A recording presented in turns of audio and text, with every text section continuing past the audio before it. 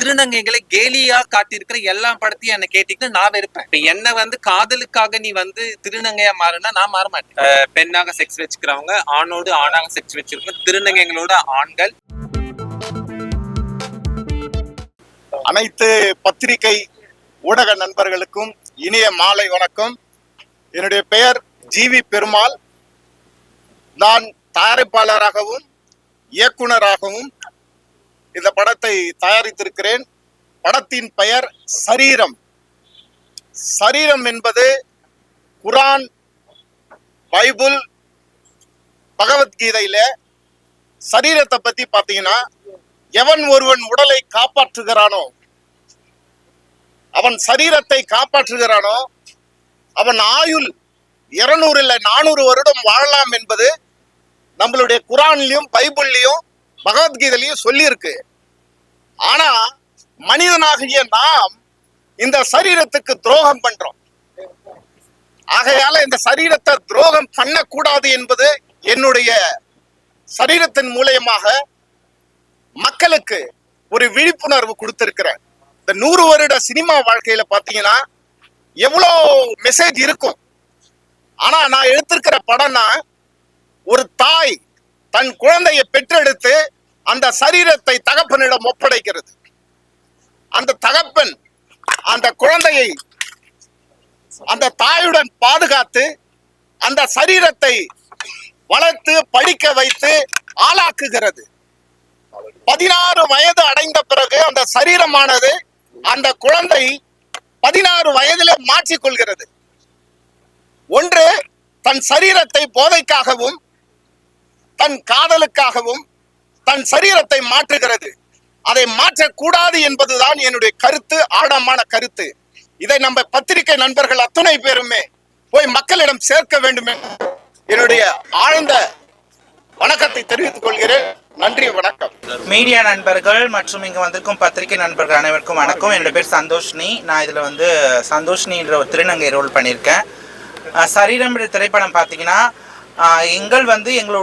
எங்களோட உணர்வுகளுக்காகவும் நாங்கள் இயற்கையாகவே திருநங்கைகளாக சில பேர் இருந்திருந்து அவங்க எங்களுக்காக நாங்கள் ஒரு சரீரத்தை மாற்றிக்கிறோம். ஆனால் இவங்க பார்த்தீங்கன்னா இந்த கதையில் காதலுக்காக தன்னோட உயிர் வாழணும் அப்படின்றதுக்காக இவங்க சரீரத்தை மாற்றிக்கிறாங்க. மக்கள் நீங்கள் இதை பார்க்கும்போது புரிஞ்சுக்கணும். ஏன்னா கதைகள் நான் பார்க்கும்போது எங்களுக்கு நிறைய எங்களோட உணர்வுபூர்வமான விஷயங்கள் ரொம்பவே நல்லா இருந்தது. அது மட்டும் பார்த்தீங்கன்னா, அநேக தமிழ் சினிமாங்கள் நீங்கள் பார்த்தீங்கன்னா 80லேருந்து வருகிற தமிழ் சினிமாங்கள், அநேக சினிமாங்களில், அதாவது பார்த்தீங்கன்னா நார்த் இந்தியன் ஸ்டைலில் எந்த விதமான சினிமாங்களை பார்த்தீங்கன்னா திருநங்கைகளை ஒரு கேலியாகவும் ஒரு கிண்டல் ஒரு கேலி விதமாக தான் ஒரு கேலி பேசுகிற கிண்டல் விதமாக திருநங்கைகள் எடுத்துகிட்டு வந்திருக்காங்க. ஆனால் நம்ம சரீரம் படத்தில் நம்ம ஜிவி பெருமாள் சார் திருநங்கைகளுக்கு அப்படிப்பட்ட இதுவும் இல்லாமல் திருநங்கைகள் எல்லாருமே எல்லாருமே அவங்களும் ஒரு சமம் தான். அவங்களும் இந்த சமுதாயத்தில் நல்ல ஒரு முன்மையில் வரவங்க. ஏன்னா அந்த ஜட்ஜு பேசும்போது அந்த சீன்லாம் நீங்கள் பார்த்தீங்கன்னா கடைசி சீனில் அந்த டைலாக்லாம் நல்லாவே இருக்குது. அதனால் மக்கள் இந்த படத்தை வருகிற செப்டம்பர் 26 ஓவரால் தமிழ்நாடு ஃபுல்லாகவே தேட்டரில் ரிலீஸ் ஆகுது. ஆனால் மக்கள் இதை நீங்கள் போய் பாருங்கள். நாங்கள் ஒரு 10 திருநங்கைகள் கிட்ட இது நடிச்சிருக்கிறோம். அநேக படங்களில் பார்த்தீங்கன்னா திருநங்கை வேடத்துக்கும் ஆண்களுக்கு அந்த திருநங்கை வேடம் போட்டு நடிக்க வைப்பாங்க. ஆனால் ஜிவி பெருமாள் சார் எங்களுக்கு எல்லாருக்குமே அந்த வாய்ப்பு கொடுத்தாரு. அதனால் பெருமாள் சாருக்கு நாங்கள் தேங்க்ஸ் பண்ணிக்கிறோம். இந்த படம் மென்மேலும் வளரணும். இந்த படம் உண்மையான இந்த கதை பார்த்தீங்கன்னா நல்ல ஒரு விருதுக்கான ஒரு கதை தான் இது. அதனால் மக்களாக நீங்கள் நல்ல இந்த படத்தை புரிஞ்சுக்கோங்க. இயற்கையாகவே நாங்கள் திருநங்கைகளாக மாறிக்கிறோம். ஆனால் அவங்க காதலுக்காக தன்னோட சரீரத்தை மாற்றிக்கிட்டு அதுக்கப்புறமா தன்னோட பழைய வாழ்க்கையை அவங்க தொடர்றாங்க. அந்த ஒரு ஆணித்தரமான விஷயத்தை மக்கள் நீங்கள் அந்த படத்தை பார்க்கும்போது புரிஞ்சுக்கணும். ரொம்ப சந்தோஷம். எங்களுக்கு ரொம்ப இந்த வாய்ப்பு கொடுத்த ஜிவி பெருமாள் சாருக்கும் மாஸ்டர்ஸ்க்கும் நன்றி. அது மட்டும் இல்லாத ஷூட்டிங் ஸ்பாட்டில் எங்களுக்கு எந்த விதமான அந்த ஜெண்டர் பாகுபாலிட்டி அந்த இது இல்லாமல் எல்லாமே ஈக்குவலாகவே எல்லாமே நடத்தினாங்க. எல்லாமே எங்கிட்ட எல்லாருமே நல்லா பேசுனாங்க. மாஸ்டராக இருக்கட்டும் எல்லாருமே நல்லா பேசுனாங்க. ரொம்பவே சந்தோஷமாக இருந்தது. சாங்லாம் நல்லா வந்திருக்கு. ஆனால் மக்கள் வருகிற செப்டம்பர் 26 தேட்டரில் போய் நீங்கள் இதை பாருங்கள். இப்போ பார்த்தீங்கன்னா தமிழக அரசு என்ன கொண்டு வந்திருக்காங்க பார்த்தீங்கன்னா, ஒரு காப்பீடு திட்டம். இப்போ திருநங்கையாக மாறுறோம்னு வச்சுக்கோங்களேன். நாங்கள் ஒரு ஆணிலிருந்து ஒரு திருநங்கையாக இயற்கையாகவே நான் பிறந்து திருநங்கையாக மாறணும்னு வச்சுக்கணும். ஒரு காப்பீடு திட்டம் கவர்மெண்ட் மூலமாக எங்களுக்கு ஒரு டிரான்ஸ்ஜெண்டர் கார்டு கொடுப்பாங்க. அந்த கார்டை வச்சு நாங்கள் இந்திய அரசாங்கம் தமிழ்நாடு அரசாங்கம் மூலமாக சமூக நலத்துறைக்கு கீழே வந்து அந்த கார்டு இயங்கும். அது மூலமாக வந்து எங்களுக்கு ஒரு மருத்துவ காப்பீடு அட்டை கொடுப்பாங்க. அந்த கார்டை வச்சு இப்போ ஃப்ரீயாகவும் சர்ஜரி நிறைய பேர் வந்து பண்ணிக்கலாம். இப்போ இதுலயே இன்னொரு விஷயம் இருக்கு. இப்போ நிறைய பேர் பெண்லேருந்து ஆணா மாறுது டிரான்ஸ்ஜெண்டர் அப்படின்னு போடுவாங்க. அது இல்லாம மேல் அப்படின்னு வாழறதுக்கு அது கோர்ட்டே சொல்லியிருக்கு. ஒரு ஃபீமேல் வந்து மேலாகவும் வாழலாம், மேல் வந்து சர்ஜரி பண்ணதுக்கு அப்புறம் ஃபீமேல்ட்டு நம்ம அடையாள அட்டைகள் எல்லாத்துலேயுமே வந்து எந்த ஜெண்டர் நமக்கு விருப்பமோ, நம்ம மனசு எந்த ஜெண்டரை நோக்கி இருக்கோ அந்த ஜெண்டர் நம்ம போட்டு நம்மளை வந்து அந்த மாதிரி எல்லாரும் அட்ரஸ் பண்ணணும் அப்படின்னு சொல்லிட்டு சட்டமே நமக்கு இடம் கொடுக்குது. அதே மாதிரி சமூகத்திலையும் கொஞ்சம் கொஞ்சமா ஏத்துக்கிட்டு வராங்க. அதனால எந்த பிரச்சனையுமே கிடையாது இப்போதைக்கு. ஸ்ரீதீப் இயல்பாகவே இயற்கை மாற்றத்தில் அவங்க ஒப்பப்பட்டு அவங்க காதலுக்காக மாத்திரம். அதாவது அவங்க 2 பேரும் விருப்பப்படுறாங்க சார். அதாவது ஒரு வாழ்க்கை வந்து ஒரு 18 வயசு ஆனதுக்கு எல்லாருக்கும் ஓட்டிங் ரைட்ஸ் இருக்கு. அப்படி இருக்கும்போது ஓட்டிங் ரைட்ஸ்னா ஒரு அதாவது உலகத்துல தைரியமான தேர்ந்தெடுக்கிறது சரீரத்தை மாத்துறீங்க. நம்ம சரீரம், நம்மளோட சரீரம். ஸ்ரீதீப் சார், காதலுக்காக தன்னுடைய சரீரத்தை எப்படி மாத்திருக்காங்கன்னு கேக்குறீங்க. அவங்க வந்து உயிருக்கு பயந்து ஐயா எவ்வளவு திரைக்கதை இருக்கு சார். காதலுக்காக நிறைய திரைக்கதைகள் ஆரம்ப நான் பிறப்புக்கு முன்னாடி இருந்து இன்றைய காலகட்டம் வரையும் இந்த லவ் டுடே வந்த வரையும் பாத்தீங்கன்னா காதலுக்காக ஒரு பேட்டர்ன் சொல்லியாச்சு. நான் சொல்லியிருக்கிற பேட்டர்ன் வந்து தன்னுடைய சரீரத்தை மாத்துறாங்க. மாத்தக்கூடாது என்பதுதான் என்னுடைய கடைசி முடிவு சொல்லியிருக்கிறது. சரிங்களா? வேற ஏதாவது கொஸ்டின் தான் கேளுங்க சார்.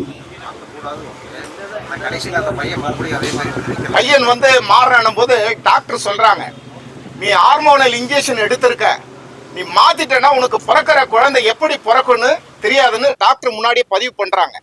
அதை மீறி பிறக்கிற குழந்தை தான் சார்.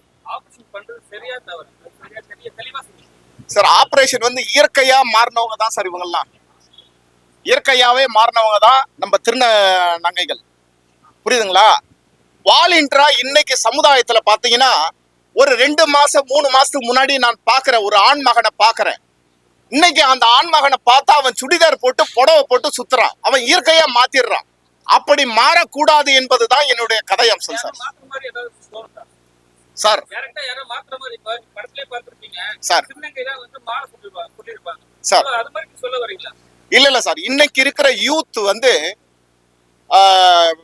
உழைப்பு என்பது, நான் யாரையும் தப்பு சொல்ல, உழைப்பு என்பது கம்மி ஆயிடுச்சு. என்னைக்கு மொபைல் கையில வந்ததோ அவனுடைய உழைப்பு கம்மி ஆயிடுச்சு. இன்னைக்கு மொபைல் இருக்கிற இடத்துலயே அவனுக்கு எல்லா பொருளாதாரமும் எல்லாம் வந்து சேரணும்னு நினைக்கிறாங்க. அந்த இதுல இன்னைக்கு இருக்கிற சுச்சுவேஷன்ல நிறைய ஜெண்டர் வந்து அவனுக்கு இயற்கை கொடுக்காமையே மாறின பிள்ளைங்க நிறைய பேர் இருக்காங்க. அதை தெரிஞ்சுக்கிட்டு நம்ம திருநங்கைகளாம் அடிச்சு துரத்தி இருக்காங்க. அந்த வரலாறும் இருக்கு. ஸோ அதை மாறக்கூடாது என்பதுதான் என்னுடைய கருத்து சார். எல்லோருக்குமே வணக்கம். எல்ஜிபிடி அப்படின்னும் போது எல்லா சம்பந்தப்பட்ட, அதாவது பெண்ணாக இருக்கிறவங்க, பெண்ணோடு பெண்ணாக செக்ஸ் வச்சுக்கிறவங்க, ஆணோடு ஆணாக செக்ஸ் வச்சிருக்கவங்க, திருநங்கைகளோட ஆண்கள், இது போல பலதர பக்கத்துல எல்ஜிபிடிக்யூன்னு சொல்றாங்க. இப்ப சார் என்ன கேட்கிறாருன்னா, இப்ப எங்களை பொறுத்த வரைக்கும் திருநங்கைங்க நாங்க முழுசா எங்களோட உணர்வே பெண்ணு தான். எங்களுக்கு பெண் தான் வேணும். எதுக்கு இருக்கிற ஆப்போசிட் பர்சன் ஒரு பெண்ணா இருந்தா நாங்க அவங்க சகோதரியா தான் பார்ப்போம். அவங்கள வேற கண்ணோட்டத்துல பார்க்க முடியாது. ஒரு ஆண் இருந்தா அந்த ஆணுக்கு என் மேல ஈர்ப்பு இருந்தா அது நாங்க வேற மாதிரி பார்ப்போம். அந்த ஆண் எங்களை சகோதரியா பாக்குறான் அப்படின்னா எங்களுக்கு பெரிய சந்தோஷம். அந்த ஆணை நாங்க சகோதரனா தான் பார்ப்போம். அதனால எல்லா ஆண்களையும் நாங்க தப்பா தான் பார்ப்போமா அப்படின்னா அது இருக்கவே முடியாது. அதை வேற மாதிரி சொசைட்டி ஏத்துக்கிறாங்க. இந்த மூவி பாத்தீங்கன்னா அதுதான் சார் ஜிவி பெருமாள் சார் கிளியரா சொல்லியிருக்காரு. காதலுக்காக தான் அவங்கள மாத்திக்கிறாங்க. அவங்க அதை விருப்பப்படல. அவங்க திருநங்கையா திருநம்பியா மாறதுக்கு அந்த ஆணும் அந்த பெண்ணும் விருப்பப்படல. காதலுக்காக நம்ம நிறைய திரைப்படங்கள் பார்த்திருக்கோம். என்னென்னவோ ஸ்டோரி சொல்லுவாங்க. சில திரைப்படங்கள், முக்கவாசி படங்கள்ல எங்களை ஒஸ்டா தான் காட்டியிருப்பாங்க, ஒரு கேலி பொருளை தான் காட்டியிருப்பாங்க. கரெக்டுங்களா? அப்படி நான் என்னை பொறுத்த வரைக்கும் நான் எல்லா படத்தையும் இருக்கிறேன். திருநங்கைகளை கேலியா காட்டியிருக்கிற எல்லா படத்தையும் என்ன கேட்டீங்கன்னா நான் வெறுப்பேன். ஆனா மக்கள் எப்படி ஏத்துப்பாங்கன்னா அது ஒரு சந்தோஷமா ஏத்துப்பாங்க. அது சந்தோஷமா நீங்க எல்லாமே ரசிப்பீங்க. ஆனா இந்த படத்தை நாங்க பெருமையா பார்க்கறோம். அதை நீங்க நிறைய சர்ச்சைக்குரிய பேச்சா பேசுறீங்க, நாங்க ரொம்ப பெருமையா பாக்குறோம். ஏன்னா காதலுக்காக அந்த உணர்வை ரொம்ப பெருமையா சார் காட்டியிருக்காரு. ஆனா அதே மூவில கடைசியில நீங்க பண்றது தப்புன்றது ஒரு சட்டபூர்வமாவும் சொல்லிடுறாரு. அதாவது இயற்கையாவே ஏத்துக்கணும். நாங்க இயற்கை. இப்ப என்ன வந்து காதலுக்காக நீ வந்து திருநங்கையா மாறுனா நான் மாற மாட்டேன். நான் திருநங்கையா மாறினதுக்கு அப்புறம் நீ என்ன காதலிக்கிறியா, அதை நான் ஏத்துப்பேன். அவ்வளவுதான். தட் இஸ் என்னோட இயற்கை. அவர் என்ன சொல்லிட்டாருன்னா கிளியரா சொல்லிட்டாரு. நல்ல படத்தை பாக்குறவங்க புரிஞ்சுக்கணும். நீங்க அதை கிளியரா எடுத்துட்டு போய் சொசைட்டிக்கு சேர்க்கணும். காதலுக்காக அவங்க சரீரத்தை தான் மாத்துறாங்க, மனசை மாத்துறாங்க. புரியுதுங்களா? நாங்க உணர்வுல நாங்க திருநங்கை திருநம்பி. இப்ப ஒருத்தவங்க பேசினாங்க, இவங்க உணர்வுல திருநம்பி, நாங்க உணர்வுல திருநங்கை. காதலுக்காக இப்ப இவங்களை மாத்த சொன்னீங்கன்னா மாற மாட்டாங்க. காதலுக்காக காதல் பலவிதம் மாறிடுது. ஒருத்தருக்கு 4 கேர்ள் ஃப்ரெண்ட் இருக்கு, ஒரு பெண்ணுக்கு 4 பாய் ஃப்ரெண்ட் இருக்கான். அதுதான் காதல் இப்ப இருக்கிற கட்டாயத்துல. அப்படின்னு பார்க்க போனீங்கன்னா அப்ப நாங்கெல்லாம் இப்போ அந்த சர்ஜரி எல்லாம் அசால்ட்டா செஞ்சுட்டு போக முடியாது. சர்ஜரின்றது மறுவாழ்வு. அவங்க கிளியரா சொல்றாங்க, நீங்க செய்ய போறிய சர்ஜரி ரொம்ப கிரிட்டிக்கலான சர்ஜரிமா, இதெல்லாம் யோசிச்சு பண்ணுங்க. அப்பயும் அவங்களுக்கு அந்த சர்ஜரி பெருசா தெரியல, அவங்களுக்கு அவங்களோட காதல் தான் பெருசா தெரிஞ்சு. இன்னைக்கு காலகட்டத்துல காதலுக்காக உயிரை கொடுப்பாங்க, எல்லாருக்குமே தெரியும். நிறைய மூவில பாத்தீங்கன்னா சூசைட் பண்ணிப்பாங்க. எதுக்கு சூசைட் பண்ணீங்கன்னா பேரண்ட்ஸ் ஏத்துக்கல, அதுதான். ஆனா இவங்க என்ன பண்றாங்க, இறக்குறாங்க. உண்மையில அவங்க இறக்குறாங்க, ஆனா காதலுக்காக மறுபிறவி எடுக்கிறாங்க. அந்த பிறவியும் தப்புன்னு சொல்லி கிளியரா சட்டம் சொல்லிடுது. அதை அவங்க உணர்ந்துட்டு திருப்பி அவங்க மறு வாழ்க்கையை வளர்ந்துடுறாங்க. ஆனா அதுலயும் அவங்க பண்ண அந்த சிறிய தவறுனால அவங்களோட ஜென்ரேஷன், அவங்களுடைய குழந்தை தவறா பிறந்துடுச்சு. அதையும் அவரு கிளியரா சொசைட்டில சொல்லிட்டாரு. சோ செய்யக்கூடிய தவறு கிளியரா செய்யும். இந்த மாதிரி யூடியூப்பை பார்த்துட்டு, இன்ஸ்டாகிராம் பார்த்துட்டு, வாட்ஸ்அப் பார்த்துட்டு அதுல கொடுக்குற மெசேஜஸ் எல்லாம் எடுத்துக்காதீங்க. அதுதான் சார் சொல்ல வர்றாரு. அவங்க எதை பார்த்து அவங்களோட உணர்வை மாத்தணும்னு விரும்புறாங்க? யூடியூப்ல ஆல்ரெடி ஒரு கப்புள்ஸ் பேசியிருப்பாங்க. அந்த கப்புள்ஸ் எவ்வளவு கஷ்டப்பட்டிருப்பாங்கன்னு தெரியாது. அது எங்களை கேட்டீங்கன்னா தான் எங்களுக்கு தான் தெரியும். இப்ப என்ன வந்து ஒரு ஆணை போய் திருநங்கையா மாறணும்னு நான் மாத்த விடவே மாட்டேன். ஆனா அவன் உண்மையிலேயே அவன் ஒரு திருநங்கைனா அவன் மாறுறதுக்கு நான் என் உயிரியே கொடுப்பேன். கரெக்டுங்களா? ஏன்னா ஒரு விஷயம் செய்யறோம்னா அதுல உண்மை இருக்கணும், இயற்கையா இருக்கணும். இயற்கைக்கு புறமா நம்ம எது செஞ்சாலுமே அது லைஃப்ல வராது. அதுதான் மூவில படத்துல கிளியரா சொல்லிட்டாரு. அவங்க திருநங்கையா மாறினாலும் கடைசியில அவங்க மூவில எப்படி காட்டுறாங்க, ஒரு அப்பா அம்மாவை தான் காட்டுறாங்க. அந்த ஆண் குழந்தை பெத்துக்கிற மாதிரி காட்டல, அந்த திருநம்பி தான் குழந்தை பெத்துக்கிற மாதிரி காட்டினாங்க. சோ அவள ஒரு தாய், அந்த குழந்தைக்கு அப்பா யாரு? அந்த ஹீரோ தான். அப்போ படம் கிளியரா வந்திருக்கு, நம்ம பாக்குற கண்ணோட்டத்துல இருக்கு. புரியுதுங்களா? இல்ல நாங்க எதிர்க்கவே முடியாது இந்த படத்தை. நான் முன்னாடியே சொல்லிட்டேன். இல்ல LGBTQI நான் ஏற்கனவே சொல்லிட்டேன்.